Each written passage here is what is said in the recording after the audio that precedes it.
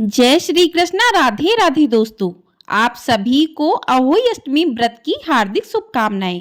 आज की वीडियो में आप जानेंगे कि साल 2024 में अहोई अष्टमी का व्रत कब किया जाएगा और साथ ही इसका पूजन किस प्रकार से करना चाहिए। अहोई अष्टमी की संपूर्ण पूजा विधि आज की इस वीडियो में जानेंगे, तो आप सभी लोग वीडियो में बने रहिएगा और वीडियो को पूरा जरूर देखिएगा। अहोई अष्टमी का पर्व कार्तिक मास के कृष्ण पक्ष की अष्टमी तिथि को रखा जाता है। इस दिन अहोई माता की पूजा की जाती है। कहते हैं माता पार्वती का दिव्य स्वरूप है अहोई माता का, तो इस दिन माता का पूजन किया जाता है। इस दिन महिलाएं अपनी संतान की लंबी आयु और उनकी सुरक्षा के लिए इस व्रत को करती हैं। इस व्रत को निर्जला रखा जाता है। मान्यता है कि इस व्रत को रखने से संतान की आयु लंबी होती है, रोगों से उनकी रक्षा होती है और निसंतान महिलाएं भी बच्चों की कामना से अहोई अष्टमी का व्रत रखती हैं। और कहते हैं जिनको संतान नहीं है, यदि वो इस दिन राधा कुंड में जाकर स्नान करके इस व्रत को करके पूजा करते हैं तो उन्हें संतान की प्राप्ति होती है। तो इस दिन जो भी महिलाएं व्रत करती हैं उन्हें व्रत किस प्रकार से करना चाहिए, अहोई माता का पूजन किस प्रकार से करना चाहिए, आइए जानते हैं। तो साल 2024 में अहोई अष्टमी का व्रत 24 अक्टूबर दिन गुरुवार को रखा जाएगा। तो इस दिन सुबह जल्दी उठकर स्नान आदि से निवृत्त होकर स्वच्छ वस्त्र धारण करें। इसमें आपको कोई भी नए वस्त्र पहनने की आवश्यकता नहीं है कि आपको कोरे ही वस्त्र पहनने चाहिए। आप धुले हुए साफ सुथरे वस्त्र जो है धारण कर सकते हैं। उसके बाद आपको, कुछ लोग जो है सुबह के समय पूजन करते हैं, कुछ लोग शाम के समय पूजन करते हैं। वैसे अहोई अष्टमी का पूजन जो है दिन के समय होता है। तो आप जो है सुबह सुबह हाथ में थोड़ा सा जल लेकर अहोई माता के व्रत का संकल्प ले कि आज आपने अहोई अष्टमी का व्रत किया है, हे माता मेरा व्रत पूर्ण करने में मेरी मदद करें।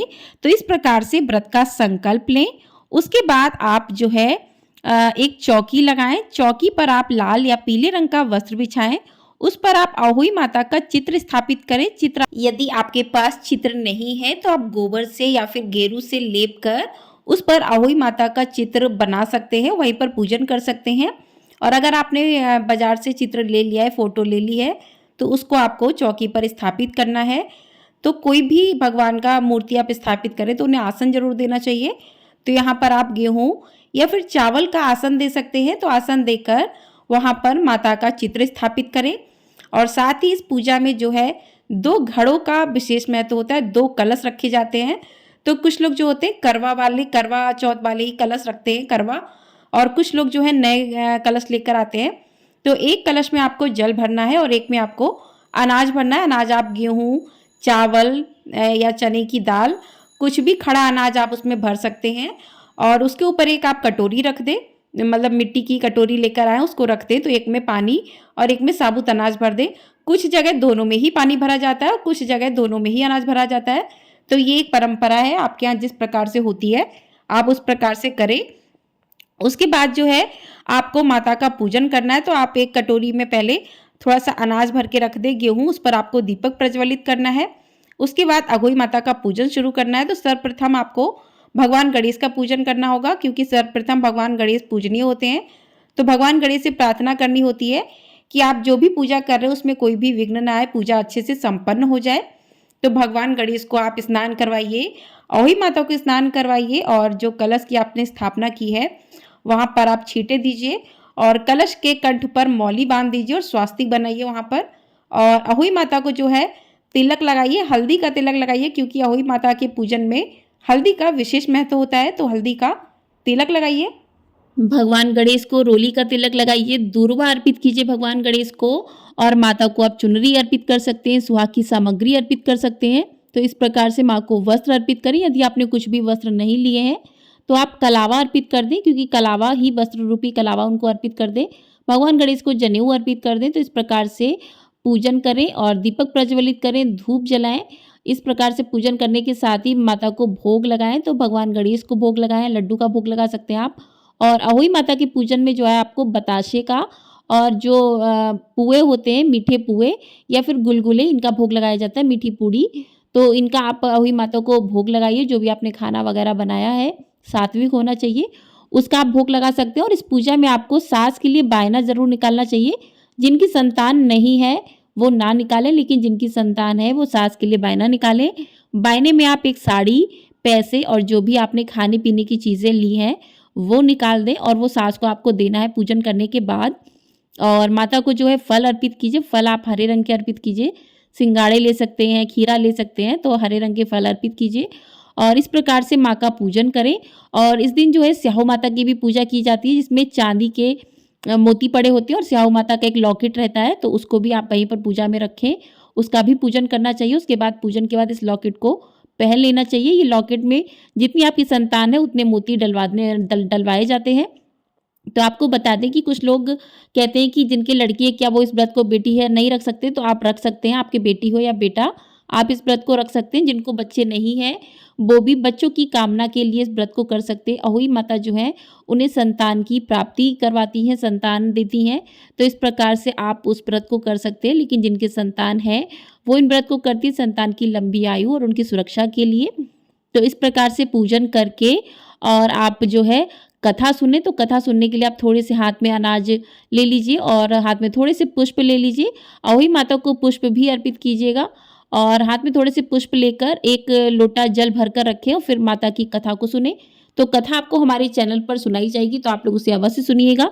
और इसके बाद कथा सुनने के बाद आप जो है आरती करें। माता की आरती करने के बाद आप क्षमा प्रार्थना करें कि पूजा में आपसे जो भी गलतियां हुई हैं उसके लिए माँ मुझे क्षमा करें। इस प्रकार से क्षमा याचना करने के बाद आपकी पूजा संपन्न होती है। फिर उसके बाद आपको क्या करना है, तारे जब निकल आए, तारे निकलने का समय है शाम 6:06 पर, तो तारे जब निकल आए तो तारों को देखकर अर्घ देना होता है, पूजन करना होता है, उसके बाद ही व्रत का पारण करना चाहिए। तो 6:06 पर तारों को अर्घ देने के बाद आप अपने व्रत का पारण कर सकते हैं। व्रत के पारण के समय आपको सात्विक चीज़ों का प्रयोग करना चाहिए, तामसिक चीज़ें आपको नहीं खानी चाहिए, इस बात का विशेष रूप से ध्यान रखना चाहिए। और जो है कुछ लोग चंद्रमा को देखकर पारण करते हैं, कुछ लोग तारे को देखकर पारण करते हैं, तो आपके यहाँ जैसा होता है आप उसके अनुसार व्रत का पारण कर सकते हैं।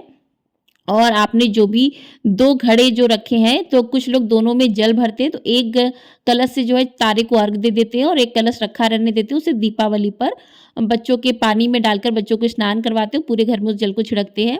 और जिन्होंने वहाँ पर एक कलश में पानी और एक कलश में अनाज रखा है, तो अनाज आपको दान कर देना होता है और पानी आपको दीपावली वाले दिन जो जल है वो बच्चों के पानी में डालना होता है, स्नान करवाना होता है बच्चों को। तो इस प्रकार से दोनों कलश का प्रयोग कर लिया जाता है, तब तक आपको माता की स्थापना ऐसे ही रहने देती है। तो इस प्रकार से माता का पूजन किया जाता है, तारों को अर्घ दिया जाता है और माता की कथा सुनी जाती है। इस प्रकार से व्रत जो है पूर्ण होता है। और इस दिन जो है जो भी महिलाएं पहली बार व्रत कर रही हैं उनको इसके नियम नहीं पता है, तो आपको बता दें कि इस दिन जो है दिन के समय सोना नहीं चाहिए, वही माता का जो है भजन कीर्तन करते रहना चाहिए। साथ ही आपको नुकीली वस्तुओं का प्रयोग नहीं करना चाहिए, काटने पीटने जैसी चीज़ों का प्रयोग नहीं करना चाहिए, मिट्टी की खुदाई नहीं करनी चाहिए, गुड़ाई नहीं करनी चाहिए और आपको किसी को अपशब्द नहीं बोलने चाहिए। तो इन चीज़ों का आपको विशेष रूप से ध्यान रखना है और व्रत के पारण के समय तामसिक चीज़ों का प्रयोग नहीं करना चाहिए।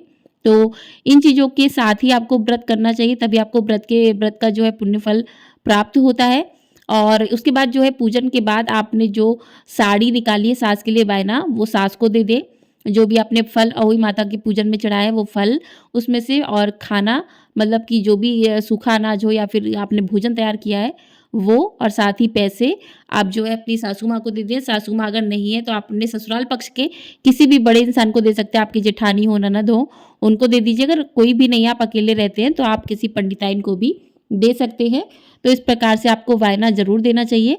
और जो लोग संतान की इच्छा के लिए इस व्रत को करते हैं तो वो सास को वायना ना दें, कोई बात नहीं है, लेकिन जिनकी संतान है उन्हें सास को वायना ज़रूर देना चाहिए, इस बात का विशेष रूप से ध्यान रखना चाहिए। तो आपको इस प्रकार से माता का पूजन करना चाहिए और माता अपनी कृपा जो है आपके बच्चों पर, आप पर सदैव ही बनाए रखती हैं। तो हर क्षेत्र में अलग अलग परंपरा होती है, तो इस प्रकार से जो है माता का पूजन करना चाहिए। आपके यहाँ किस प्रकार से होता है, आप पहले से जो कर रहे हैं, तो आपको पूजन में जो है कोई भी छेड़छाड़ नहीं करनी चाहिए। लेकिन जिन लोगों को नहीं पता है कि किस प्रकार से पूजन करना चाहिए, अगर आप व्रत शुरू करना चाहते हैं तो आप इस विधि से जो है माता का पूजन कर सकते हैं, माता का आशीर्वाद प्राप्त कर सकते हैं। और पूजन में आपको माता को दक्षिणा अवश्य चढ़ानी चाहिए कि पूजा में आपसे कोई भी कमी रह गई तो वो पूरी होती है। तो इस प्रकार से माँ का पूजन पूर्ण होता है। कहते हैं अहोई माता जो है अनहोनी को होनी कर देती हैं, अनहोनी को टाल देती हैं। तो बच्चों पर आने वाले सभी संकट को माता दूर कर देती है। बोलिए अहोई माता की जय। तो आपको ये वीडियो कैसी लगी, पसंद आई हो वीडियो को लाइक शेयर, चैनल को सब्सक्राइब कर दीजिएगा। आपको हमारे चैनल पर अहोई माता की कथा साथ ही आरती भी सुनाई जाएगी और आपको हमारे चैनल पर कार्तिक मास के सभी अध्याय भी सुनाए जा रहे हैं प्रतिदिन। तो चैनल को सब्सक्राइब नहीं किया तो सब्सक्राइब अवश्य कर लीजिए और कमेंट बॉक्स में जय श्री कृष्ण अवश्य लिखिएगा।